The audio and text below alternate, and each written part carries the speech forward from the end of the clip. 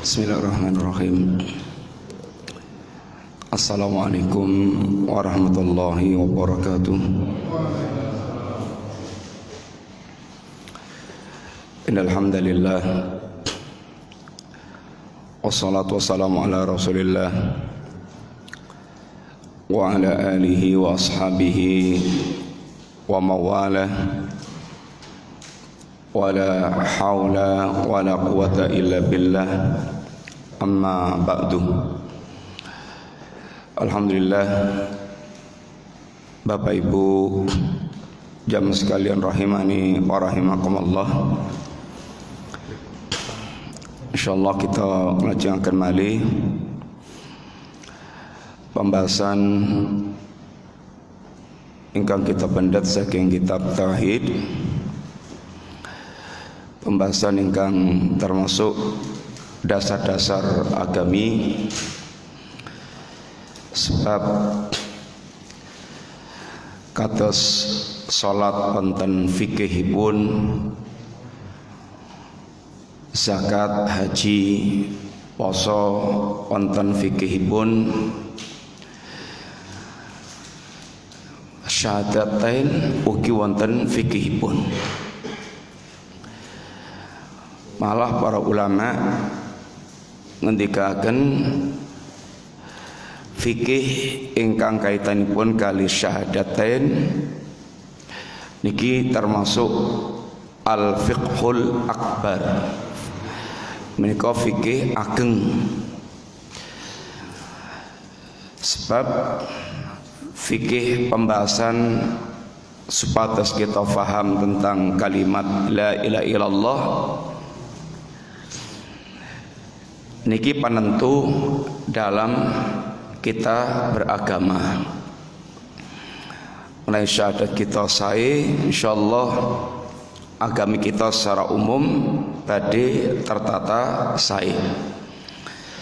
Mulai syahadat kita risak, maka kebaikan kita yang lain-lainnya niku kados dene omah ingkang ambrol pondasinipun badhe muspro, sajan hiasan aksesorisipun omah niku emas perak, tetapi naik pondasinipun ambrol niku nggih ambrek, nggih mboten wonten ginanipun malih. Bapak sekalian, pembahasan kita babagan atau ingkang kita sinau saking kitab tauhid, kita sampun mlebet bab ingkang nomor 6, utawi tasih mlebet bab ingkang nomor 6 menika tafsir la ilaha illallah atau tafsir tauhid ingkang sampun kita aturaken pilih syahadat la ilaha illallah.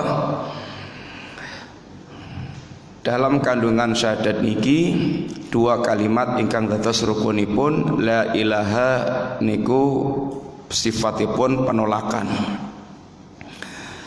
yang harus ada di dalam hati kita, bahwa kita harus ada keyakinan menolak semua bentuk ibadah, semua bentuk sesembahan, menolak semua jenis bentuk sesembahan illallah kejawi namung Allah piyambak. Sehingga tidak ada yang kita agungkan, kita sembah, yang kita totalitas memberikan ibadah kejawi namung Allah Subhanahu wa taala. Sedaya makhluk atau semua selain Allah, mbuh niku malaikat, mbuh niku nabi, mbuh niku wali, niku statusipun makhluk. Dan makhluk itu semuanya justru tertuntut untuk beribadah kepada Allah Subhanahu wa taala.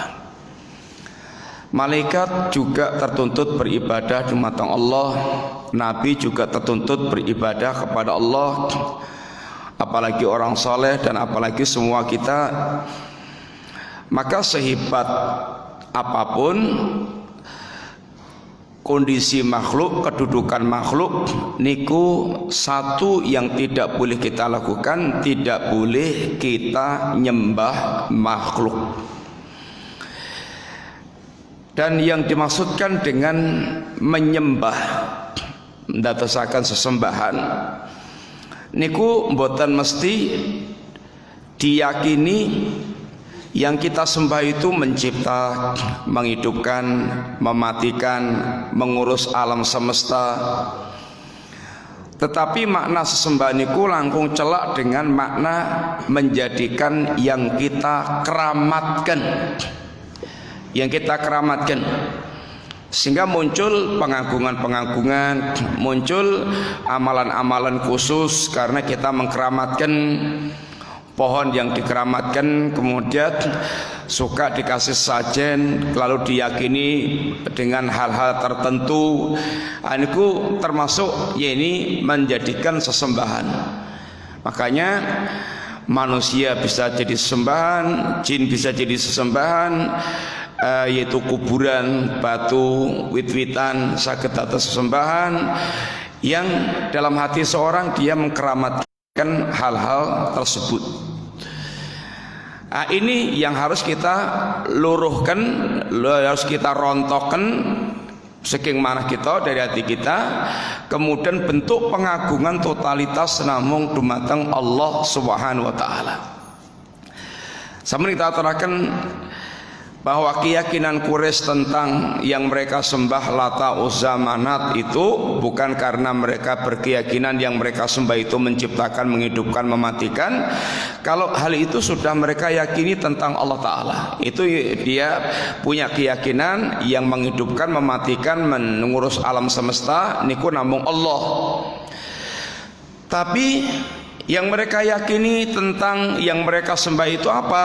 Mereka statusnya adalah menjadi para perantara yang mereka anggap mereka adalah orang suci, keramat, dekat dengan Allah, yang bisa menjadikan mereka ini perantara untuk mendekatkan kepada Allah, dan mereka yakini akan memberikan syafaat di sisi Allah Subhanahu wa taala. Sehingga mereka keramatkan sesembahan-sembahan kalau wow. Kita sambil melewati beberapa tafsir tauhid saking bab yang ke-6. Yang pertama ayat ulaikal ladzina yad'una yabtaghuna ila rabbihimul wasilah ayyum aqrab wa yarjuna rahmatah wa yakhafuna adzabah. Ayat niki nerangaken bahwa yang namanya tauhid itu tidak menjadikan perantara makhluk sebagai perantara untuk mendekatkan kepada Allah Ta'ala.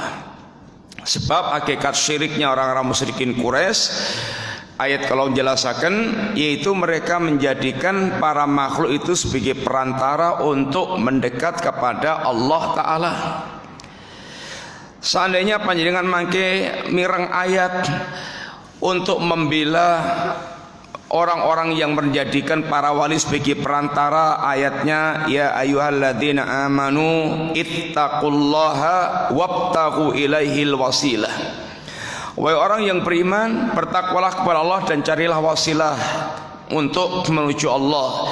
Kemudian orang katakan, saya mendatangi kuburan para wali untuk kami jadikan sebagai perantara wasilah mendekat kepada Allah itu karena perintah ayat ini, wabtaghu ilaihil wasilah. Bapak sekalian, niki bahayanipun nek mentafsirkan ayat sak gelemipun piyambak mboten wangsul dumateng kaidah ingkang leres ginika pemahaman para sahabat, para salaf, para ulama yang betul mengerti tentang masalah ini hakikat Quran lan sunahipun Kanjeng Nabi. Yang dimaksudkan dengan wabtaghu ilaihil wasilah, carilah wasilah untuk mendekat kepada Allah, yaitu dengan mewujudkan amal-amal soleh yang semua para nabi, malaikat, para wali mereka berlomba-lomba untuk mendekat kepada Allah sedekat-dekatnya dengan amal soleh.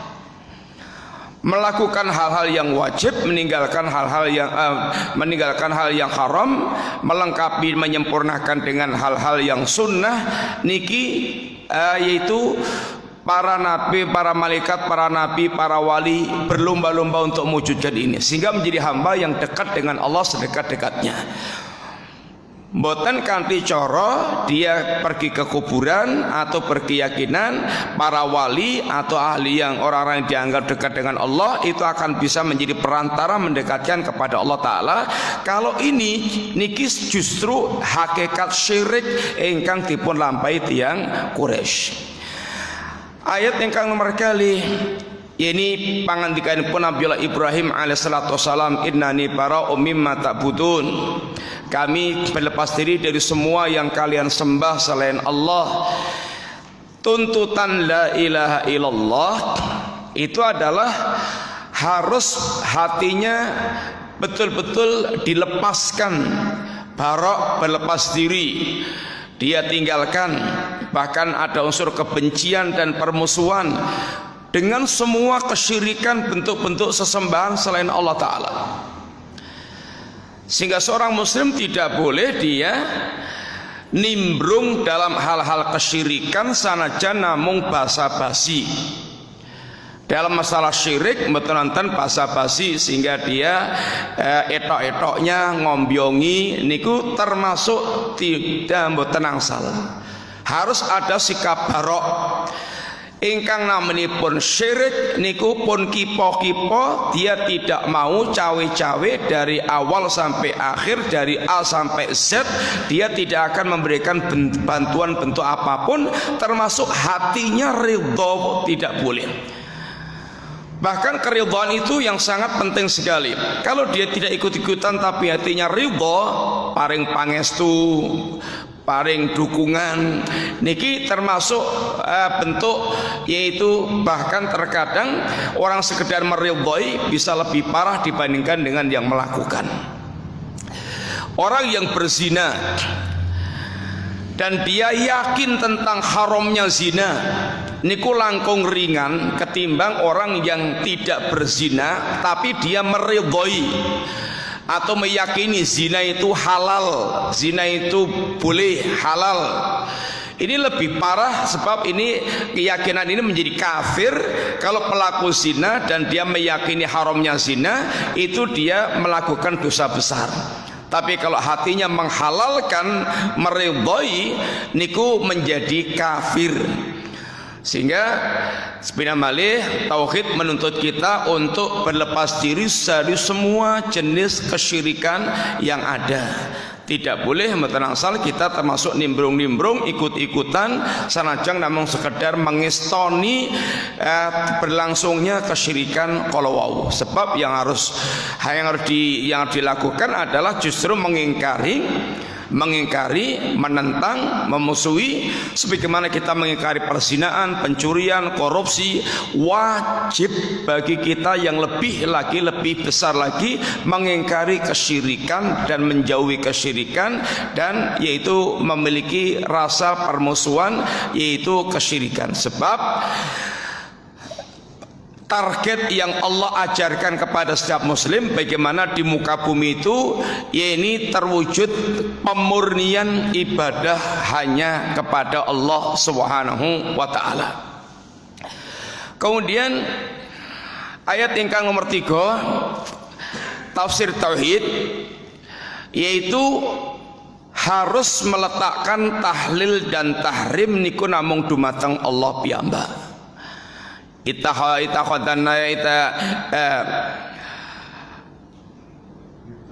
Ittakhadhu ahbarahum wa ruhbanahum arbaba min dunillah. Ini adalah perbuatan orang Yahudi, menjadikan ulamanya, dan orang Nasrani menjadikan para pendetanya mereka sebagai sesembahan selain Allah, dalam bentuk napa niku menghalalkan dan mengharamkan. Menghalalkan yang Allah haramkan, mengharamkan yang Allah halalkan. Kemudian jika kita ikut-ikutan begitu, maka kita telah menjadikan ulama, kiai atau seperti pendeta dan ulamanya itu sebagai sesembahan selain Allah Subhanahu wa taala. Sehingga halal haram niku namung hakipun Allah piyambak. Tidak boleh pribadi, kelompok, organisasi, ormas, yayasan itu membuat penghalalan sendiri, pengharaman sendiri. Ketika kita tahu persis bahwasanya mereka itu menabrak ketentuan-ketentuan agama, yang halal diharamkan, yang haram dihalalkan, maka seorang mukmin tidak boleh sama sekali ikut-ikutan, bahkan wajib untuk menentang, sebab tahlil dan tahrim niku namung hakipun Allah Subhanahu wa taala piyambak. La ta'ata li makhluqin fi maksiatil khaliq. Tidak boleh ada ketaatan kepada makhluk dalam bermaksiat kepada Al-Khaliq, kepada yakni Sang Pencipta, yaitu Allah Subhanahu wa taala. Sehingga naik kita sampun tahu persis bahwa itu adalah bentuk penyimpangan agama.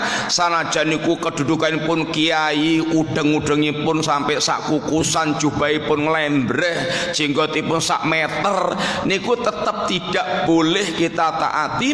Mentaati yang seperti itu namanya nyembah kiai, namanya pun nyembah ulama. Dan seperti ini sangat banyak terjadi di tengah-tengah kehidupan kaum muslimin. Nek sampun namanipun kiai aja ngendika napa kemawon niku dianggap bakal mengantarkan ke surga, sampai sanajan betul-betul nabrak ketentuan agami, sebab sampun dipun didik taklid buta niku tetap mawon derek kiai. Niki bahaya. Pendidikan ingkang makaten sangat berbahaya. Kataipun pendidikan itu mengarahkan pripun kita nderek Quran lan hadisipun Kanjeng Nabi niki, sebab kewajiban beragama dasaripun teng mriki. Mila nyuwun ngapunten, saben-saben wonten kiai, wonten ustad yang mengajarkan amal-amal tertentu niku ingkang kedah kita suwun napa wonten dalilipun, napa wonten contonipun saking Quran hadis lan contoh Nabi lan para sahabat Nabi radhiyallahu alim jami'an. Nek mboten niku mungkin naminipun damel-damel agami piyambak.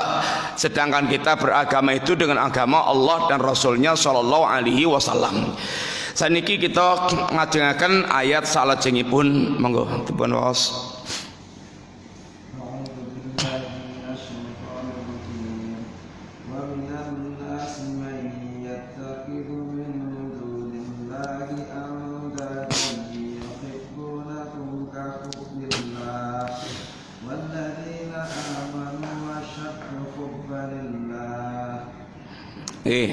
Surat Al-Baqarah ayat 160 gangsal, insyaallah Allah ngendikaken wa minan nasi mayattahidu min dunillahi wa minan nasi mayattahidu min dunillahi andadan yuhibbunahum ka hubbillah walladzina amanu asyaddu hubban lillah walau yaral ladzina zalamu id yarawnal adzaba annal quwwata lillahi jami'an wa annallaha syadidul adzab. Allah ngendikaken ada sebagian orang yang mereka menjadikan selain Allah sebagai tandingan-tandingan. Sedangkan mereka mencintai tandingan-tandingan itu seperti mereka mencintai Allah Subhanahu wa taala. Seandainya dan orang-orang yang beriman itu lebih besar kecintaannya kepada Allah. Seandainya orang-orang yang zalim itu nanti melihat azab, di hari mereka melihat azab Allah, mereka baru tahu bahwa segala kekuatan itu totalitas hanya milik Allah Subhanahu wa taala sendiri, dan sungguhnya Allah azabnya sangat dahsyat. Bapak sekalian, dalam ayat ini wonten beberapa poin penting ingkang kedah kita katosaken. Yang pertama pada kalimat wa minan nasi mayattahidu min dunillahi andadan. Sebagian orang ada yang menjadikan selain Allah sebagai tandingan-tandingan. Membuat tandingan-tandingan bagi Allah Subhanahu wa taala. Bapak sekalian, yang wajib kita yakini tentang Allah kata singgang dipun ngendikaken para ulama itu pertama berkaitan dengan rububiyah. Rububiyah niku keyakinan namung Allah yang mencipta, menghidupkan, mematikan, mengurus alam semesta. Ini adalah semata-mata hanya keyakinan yang boleh kita tujukan kepada Allah Ta'ala. Kalau sampai ada orang yang mereka berkeyakinan seperti ini kepada selain Allah, maka dia musyrik. Musyrik. Contoh umpamanya pun berkeyakinan Nyai Ro Kidul dia punya wilayah kekuasaan untuk mengatur alam semesta, atau daerah kidul itu dicekel oleh Nyai Ro Kidul, kekuasaannya di Nyai Ro Kidul, sehingga betul-betul orang dibuat ketakutan dan harus bagaimana selamat kaitannya dengan kemurkaan Nyai Ro Kidul. Lan niki naminipun sampun syirik menyekutukan Allah dalam hal rububiyah. Lajeng wilayah utara, wilayah lor niki dipun cekel kali Mbah Petruk, sehingga perlu ada ritual khusus supaya tidak membuat Mbah Petruk murka. Ini adalah termasuk syirik di dalam masalah rububiyah. Itu harus dirontokkan semuanya, dan itu hanya kita kembalikan kepada Allah SWT. Orang yang mereka berkeyakinan seperti ini, janjanipun iku langkung parah ketimbang tiang musyrik Quraisy. Sebab tiang musyrik Quraisy niku keyakinan-keyakinan seperti itu hanya mereka berikan kepada Allah SWT. Nomor kali itu yang harus kita yakini tentang Allah, hak untuk mendapatkan persembahan niki tauhid uluhiyah hanya Allah sendiri. Hanya Allah saja yang memiliki hak untuk disembah, dipersembahkan kepadanya ibadah-ibadah. Ibadah jenis apapun tidak boleh diserahkan kepada selain Allah Subhanahu wa taala. Mas kalian, Allah sampun paring pangandikan, ala lillahi dinul khalis. Ketahuilah, agama Allah itu adalah agama yang murni. Allah hanya menerima agama yang dimurnikan hanya untuk Allah Ta'ala. Murni, meligi, total, hanya dipersembahkan kepada Allah. Enggak boleh ada satu jenis ibadah pun yang ditujukan kepada selain Allah. Yang Allah dikatakan fala tad'u ma'allahi ahadan. Jangan sekali-kali kamu berdoa, beribadah kepada siapapun bersama Allah Ta'ala. Seandainya ibadah itu jenisnya ada 1000, Bapak Ibu sampun beribadah 999 dipersembahkan kepada Allah, lalu masih ada satu jenis ibadah yang ditujukan kepada selain Allah, niku namini pun musyrik dan Allah tidak menerima. Walaupun panjenengan sampun kemeringet sudah menteyot, yaitu melaksanakan 999 jenis ibadah, tapi masih ada satu yang disekutukan kepada Allah Ta'ala. Allah enggak menerima ibadah yang tidak dimurnikan untuk Allah Subhanahu wa taala. Mila dipun ngendikaken, seandainya kita sudah membangun amal 999 ibarat seperti membangun istana megah, tapi ada satu jenis ibadah yang kita berikan kepada selain Allah sehingga kita terjatuh dalam syirik, maka syiriknya itu kados dene gempa atau nuklir yang meluluh lantakkan bangunan amal yang sudah kita lakukan.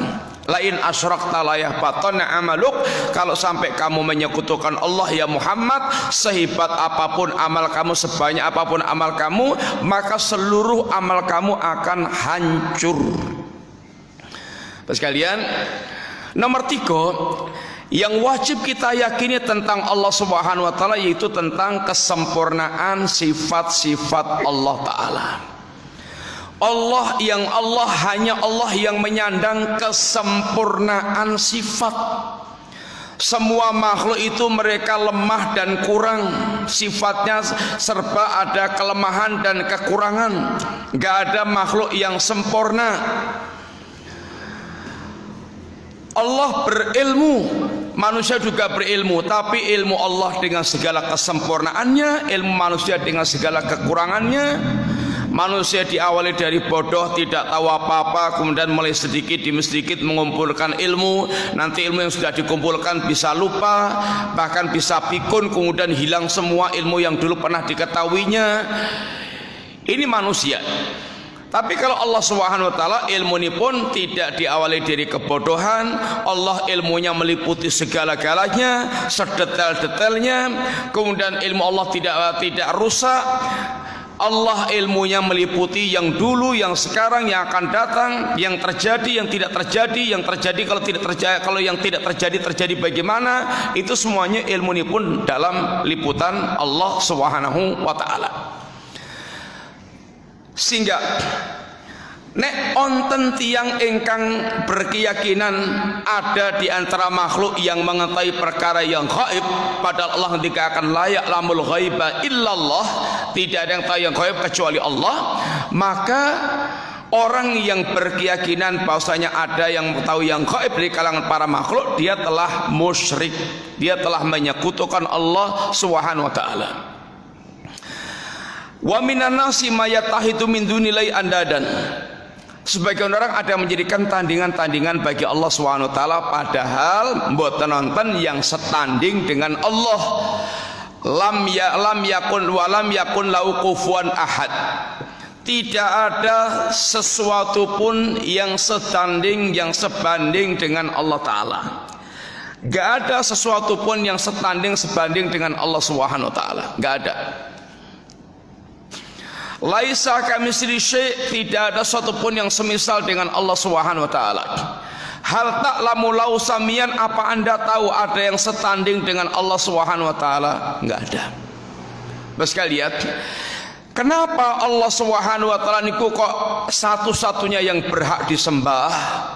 Alasanipun sebab hanya Allah yang punya rububiyah dan punya kesempurnaan sifat. Kenapa selain Allah itu enggak layak disembah? Sebab mereka tidak punya rububiyah dan tidak punya kesempurnaan sifat. Sehingga Allah ngendikaken dzalika bi annallaha huwal haq wa anna ma yad'una min dunihil batil. Yang demikian itu karena sesungguhnya Allah adalah sesembahan yang hak, sesembahan yang sebenarnya, dan selain Allah adalah sesembahan yang batil, sesembahan yang palsu.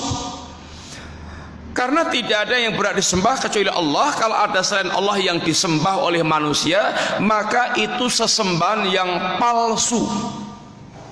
Sesembahan yang palsu. Di antara para makhluk ini ada yang mengajak manusia menyembah dirinya. Maka ini yang dikatakan dengan tauhid, mengajak manusia menyembah dirinya. Sebagaimana manusia menyembah Allah Subhanahu wa taala. Ada manusia, ada di antara makhluk ini ada yang dijadikan manusia sebagai sesembahan. Kalau dia tidak ridha dirinya jadi kesembahan, maka dia bukan tauhid. Nabi Isa itu disembah tapi bukan tauhid, karena Nabi Isa nggak pernah ridha disembah walaupun manusia nyembah Nabiullah Isa.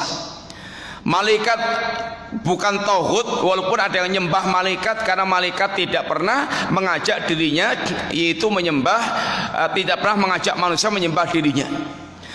Seandainya ada yaitu fenomena makhluk-makhluk Allah disembah, matahari disembah, bulan disembah, angin disembah, air disembah, laut disembah, jin disembah, kemudian atau batu-batu disembah, pohon-pohon disembah. Padahal nabi, wali, pohon, matahari, batu nggak pernah memerintahkan manusia menyembah dirinya. Bagaimana bisa terjadi? Otaknya itu, otak penyembahannya itu adalah syaitan atau iblis, jin. Itu yang menjadi sebab manusia menyembah selain Allah Subhanahu wa taala. Di zaman kaumnya Nabiullah Nuh alaihissalatu wassalam, terjadinya proses kesyirikan itu, yaitu meninggalnya orang-orang soleh. Orang-orang soleh meninggal. Kemudian setelah meninggal, kuburannya itu selalu dijadikan tempat berkumpul sama orang-orang. Iktikaf teng mriku, berkumpul di situ, dia yaitu penuh dengan pengagungan. Lalu dibisikkan oleh setan, dibuat saja patung monumen peringatan. Supaya kamu kalau melihat patungnya guru-guru kamu itu langsung ingat kepada guru kamu apa yang dulu mereka ajarkan. Akhirnya diwujudkan. Apa yang menjadi ide setan tahu diwujudkan, digambarlah, dipatungkanlah orang-orang soleh yang pernah hidup zaman dulu. Ini awalnya hanya pematungan patung peringatan. Sampai generasi ini habis dan setan membiarkan gitu aja, pematungan peringatan itu aja, belum ditambah lagi. Dan ini menunjukkan sabarnya setan untuk mengawal kesesatan. Dan setan itu menawi menyesatkan orang bertahap, sehingga selangkah demi selangkah, ibaratnya dudut itu ya alon-alon dudut sampai nanti dia keluar itu, saya jebol itu dia nggak kerasa. Ini awalnya sekedar patung monumen peringatan. Begitu generasi awal niki sampun telas, muncul generasi berikutnya yang langkung bodoh tentang agama. Setan membisikkan lagi, kalau dulu kenapa para bapak mereka itu sering mendatangi patung-patung ini, karena inilah yang menurunkan air hujan dan seterusnya, sampai akhirnya menjadi sesembahan murni. Maka kenapa dalam agama kita ini Nabi kita mengharamkan patung-patung dan gambar-gambar makhluk hidup? Sebab ini akan bisa menyeret kepada ini kesyirikan, menjadi wasilah atau sebab terjadinya kesyirikan. Dan rumah yang ada patung-patungnya dan ada gambar makhluk hidupnya niku tidak dimasuki oleh malaikat rahmat. Malaikat rahmat tidak akan masuk ke rumah yang ada patung-patungnya dan ada gambar makhluk hidupnya, sehingga ampun ngantos kita sak sampunipun mangke kita ngertos dan kita belajar tauhid teng griya tesih enten koleksi-koleksi patung-patung, koleksi-koleksi gambar-gambar makhluk hidup niki termasuk yang dilarang di dalam ini agama kita. Bapak sekalian, orang yang mereka menjadikan selain Allah ini tidak ada yang setanding dengan Allah, maka jangan jadikan tandingan-tandingan bagi Allah Ta'ala. Mila, ketika Allah mengajak manusia itu menyembah Allah, itu Allah selalu memberikan alasan. Kenapa? Karena Allah sang pemilik rububiyah, karena Allah pemilik kesempurnaan sifat. Ketika Allah menjelaskan tentang kebatilan sesembahan selain Allah, itu Allah menjelaskan mereka itu nggak punya rububiyah, nggak punya kesempurnaan sifat. Contoh, ingkang sampun insyaallah kita aturaken, ketika Allah memerintahkan menyembah dirinya, ya ayuhan nas ubudu rabbakum alladzi khalaqakum walatina min qablikum la'allakum tattaqun alladzi ja'ala lakumul arda firasya was samaa binaa wa anzala minas samaa'i ma'an fa akhraja bi minas thamarati rizqalakum fala taj'alu lillahi andadan wa antum ta'lamun. Wahai manusia, sembahlah Allah Subhanahu wa taala, fala taj'alu lillahi andadan wa antum ta'lamun, dan jangan jadikan bagi Allah tandingan padahal kamu tahu enggak ada yang setanding dengan Allah Ta'ala. Kenapa Allah memerintahkan kita menyembah Allah? Satu, Allah yang menciptakan kalian. Dua, Allah yang menjadikan bumi sebagai hamparan. Tiga, Allah menjadikan langit sebagai atap. Empat, Allah yang menurunkan air hujan dari langit. Kemudian Allah keluarkan dengan air hujan itu tumbuhan, buah-buahan untuk rezeki buat kalian. Ini alasan kenapa Allah meminta manusia menyembah Allah Ta'ala. Ya karena Allah yang memiliki rububiyah, kalau wow mencipta, menjadikan bumi, menjadikan langit, menjadikan air hujan. Dan tidak ada yang bisa melakukan seperti ini kecuali hanya Allah Ta'ala. Maka jangan kamu jadikan tandingan bagi Allah Ta'ala. Sebaliknya, ketika Allah SWT menerangkan tentang kebatilan sesembahan selain Allah, mereka itu enggak mencipta, mereka itu enggak memiliki apa-apa. Ayusyrikuna ma la yakhluqu syai'an wa hum yukhlaqun. Allah mengatakan, apakah mereka menyekutukan Allah dengan sesuatu yang tidak mencipta apapun, bahkan mereka diciptakan Allah Ta'ala. Maka Allah ketika nantang orang yang mereka nyembah selain Allah, sesembahan kamu itu suruh membuat biji yang bisa tukul, nggak akan bisa. Nggak akan bisa. Bahkan suruh buat nyamuk saja nggak akan bisa. Nah, obat nyamuk pun sakit, damel nyamuknya nggak akan bisa. Yang dianggap remeh, rendah dan mengganggu itu nggak akan bisa. Bagaimana yang tidak mencipta kok disembah?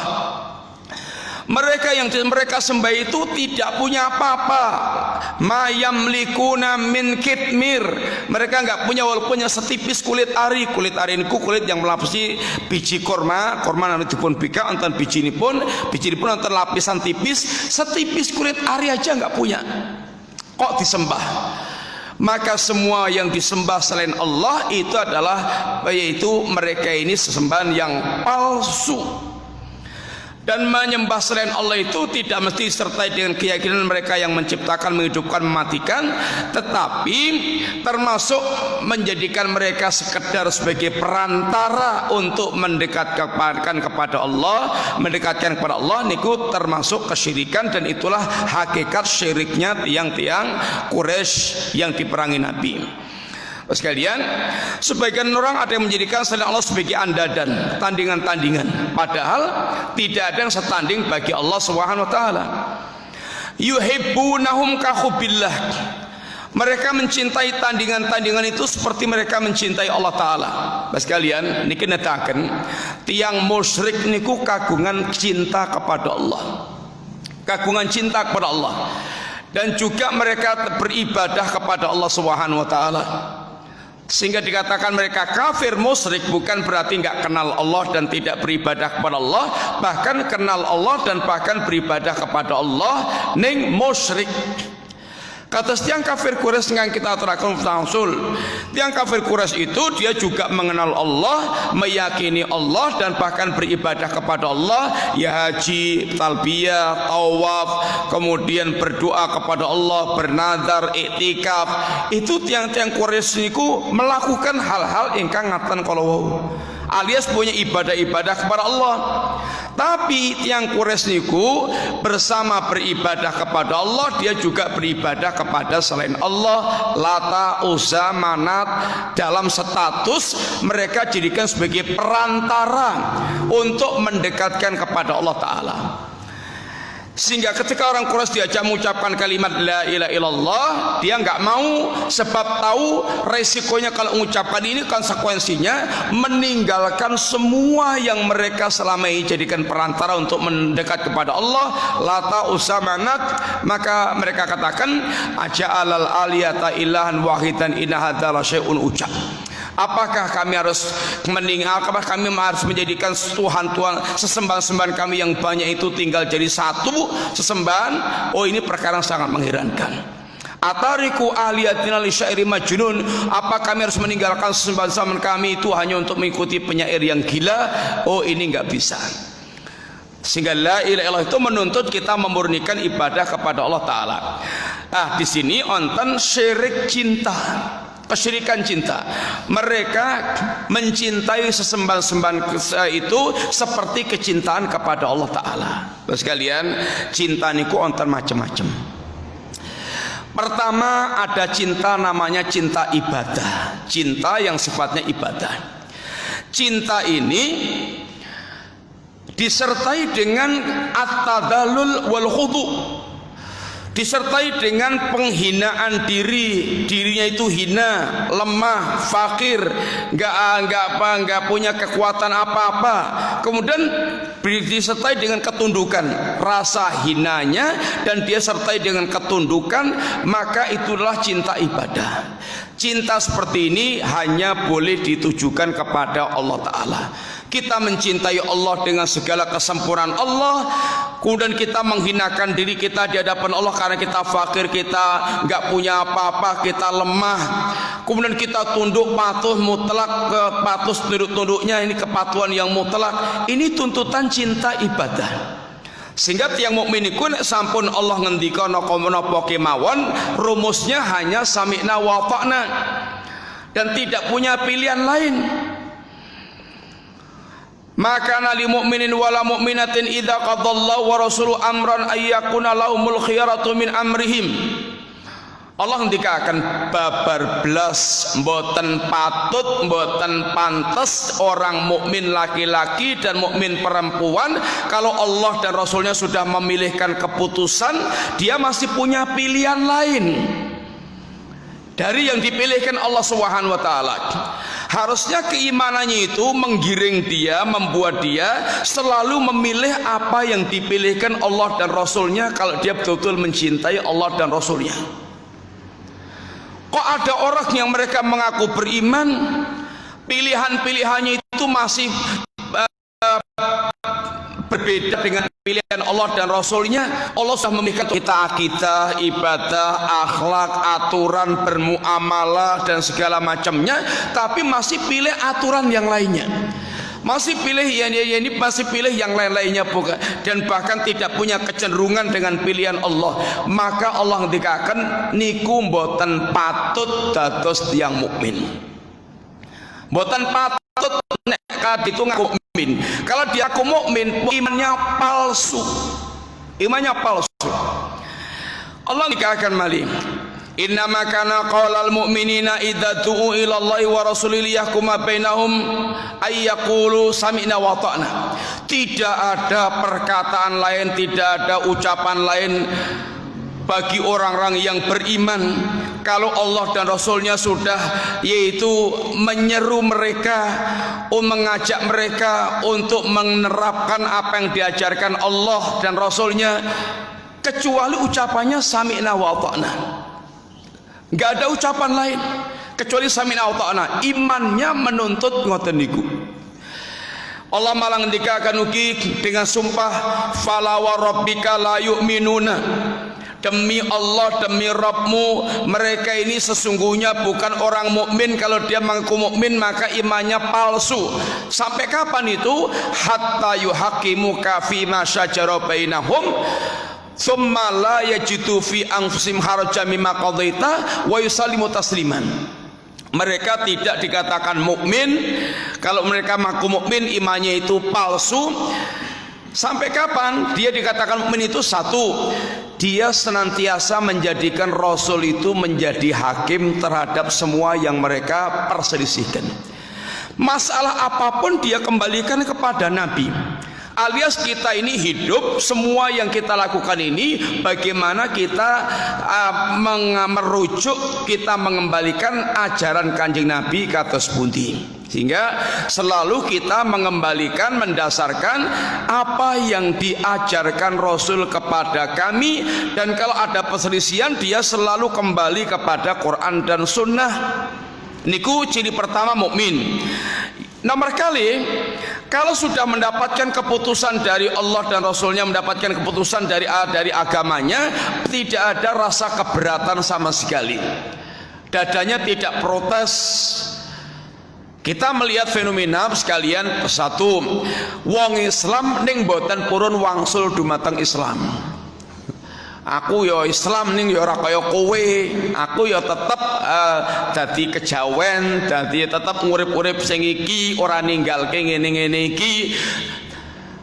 Lajeng ingkang ngurip-urip Islam malah dianggap kuwi wong Arab, kuwi saka Arab, sehingga Islam dianggap niku budaya Arab.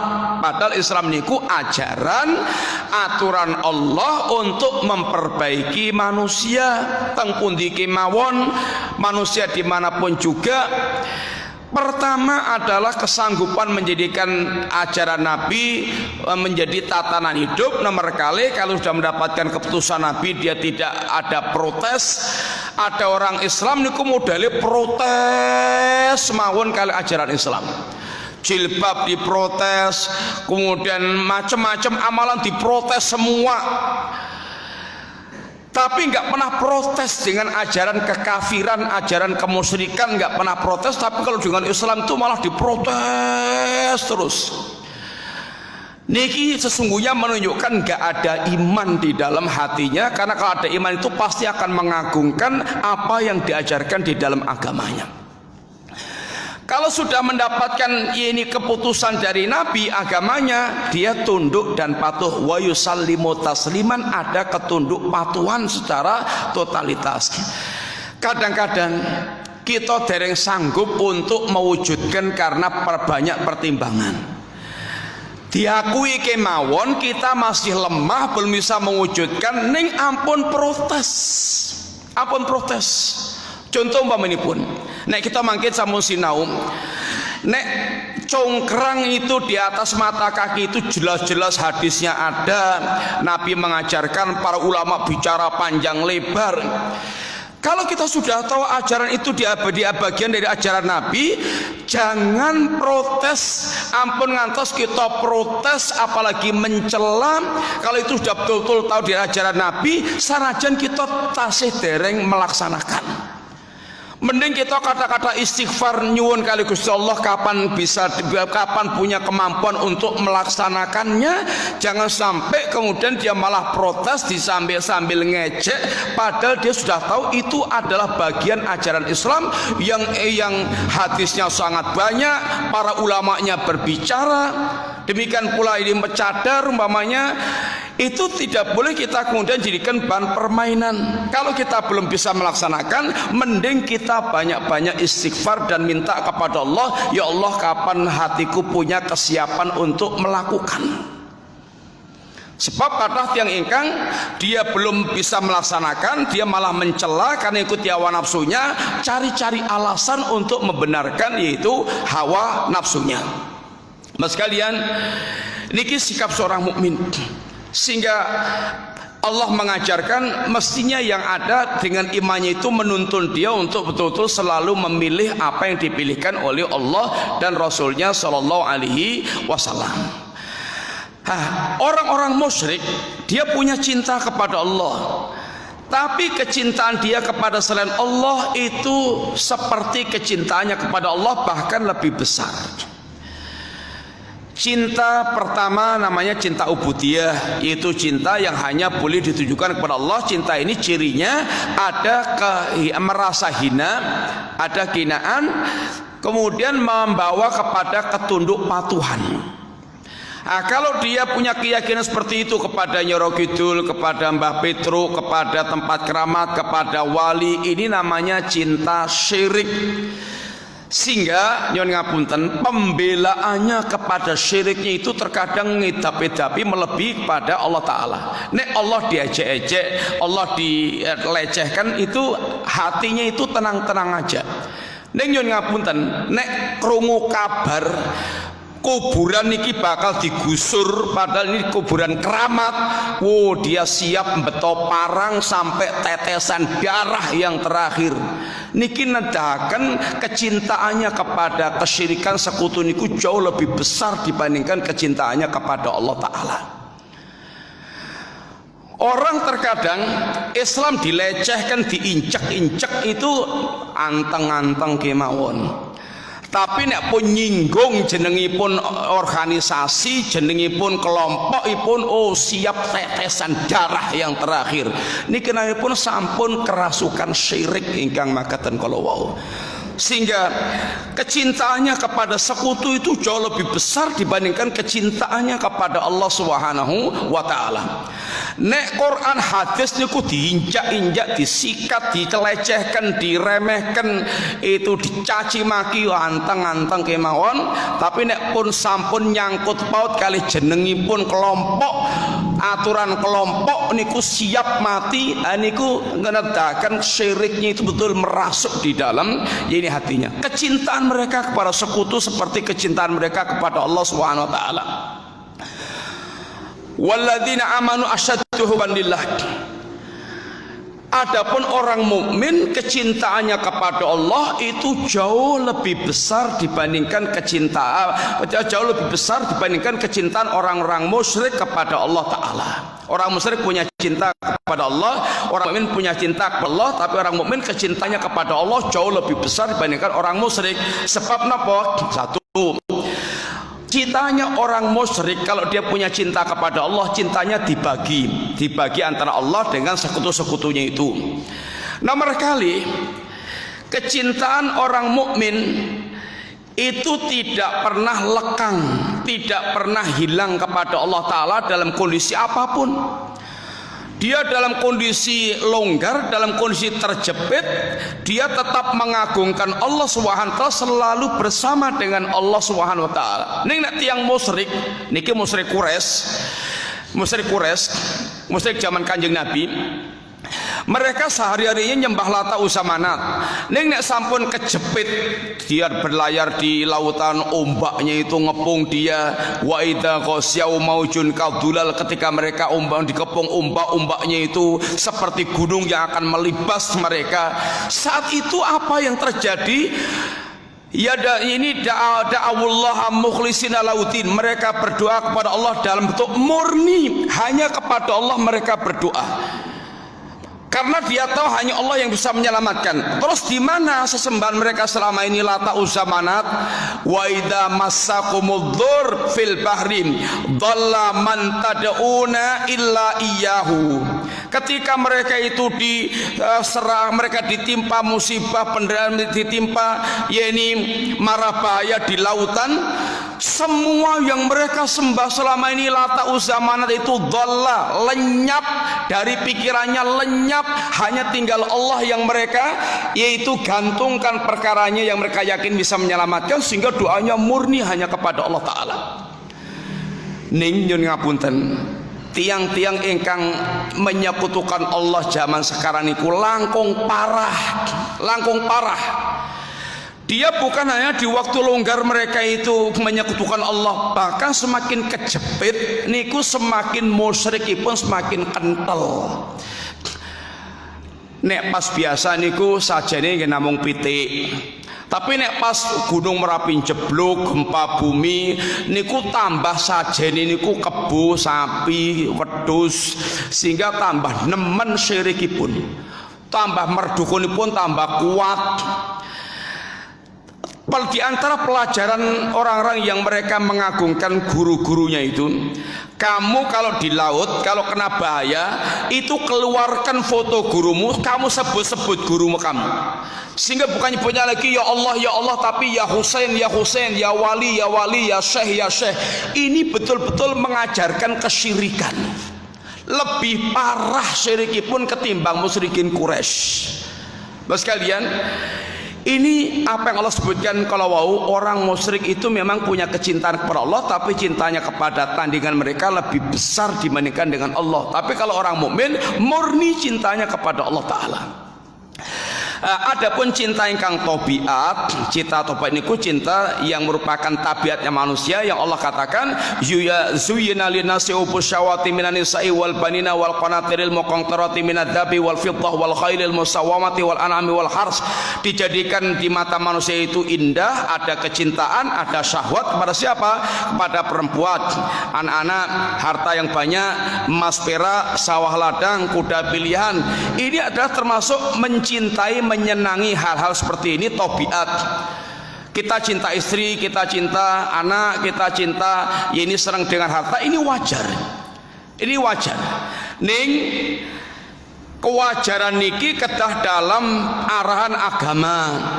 Ini menjadi tidak wajar, bisa menjadi bisa menjadi syirik yang haram kalau kemudian dampaknya mencintai apa dan siapa mendahului Allah dan Rasulnya.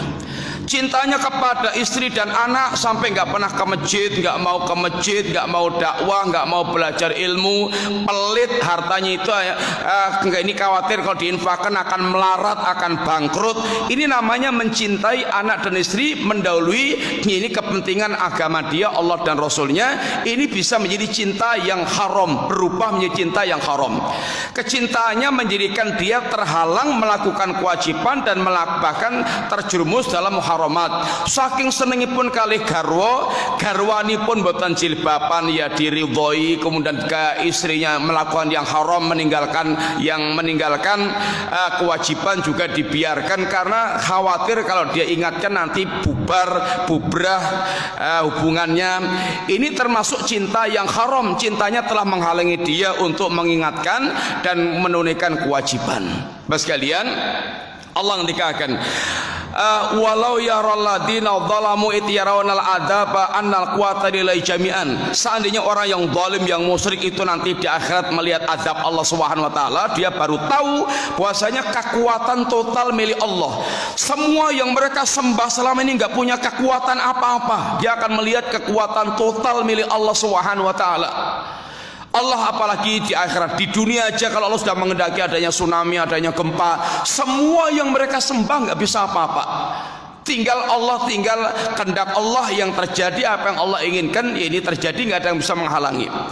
Apalagi di akhirat kelak, maka mereka baru akan melihat ternyata tidak ada yang sebanding, yang setanding dengan Allah Subhanahu wa taala, dan adab Allah sangat pedih, sehingga manusia diperintahkan Allah untuk persiapan, jangan sampai dia lupa. Dia akan mendatangi hari yang kalau nggak punya persiapan, yauman tataqallabu fil qulub wal absar, hari itu akan menjadikan hatinya bergolak, matanya terbelalak karena dahsyatnya suasana. Contoh satu gambaran singkat, Nabi Allah dikatakan, ya ayuhan nasu taqu rabbakum inna zalzalatas saati syai'un azim yauma tarawunaha tadhalu kullu murdi'atin amma arda'at wa tada'u kullu dhati hamlin hamlaha wa taran nasa sukara wa ma hum bisukara walakin adzaballahi sadid.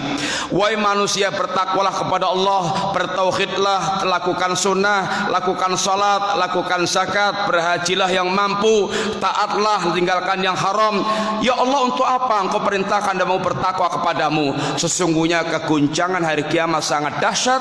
Hari itu Anda akan melihat, yakni wanita yang mereka sedang menyusui akan dia lemparkan, wanita yang hamil akan berguguran. Kamu lihat manusia kayak orang mabuk sempoyongan, padahal mereka tidak mabuk, tapi mereka sedang merasakan azab Allah yang sangat pedih. Sehingga Allah ingatkan, wattaqu yauman turja'una fi ilallah. Wahai manusia, bersiaplah, takutlah Anda akan datangnya hari saat nanti Anda kembali kepada Allah, yang membutuhkan persiapan yang spesial, persiapan khusus. Dan kematian kita tidak tahu kapan datangnya, maka jangan sampai kita ini datang kepada Allah dalam keadaan belum punya persiapan apa-apa. Dan persiapan ingkang paling pokok, ingkang sepindah, modal utama Bapak sekalian adalah lurusnya tauhid. Maka tanbin memiliki manfaat. Napa wonten ingkang berpikir insyaallah mboten kan? Nggih.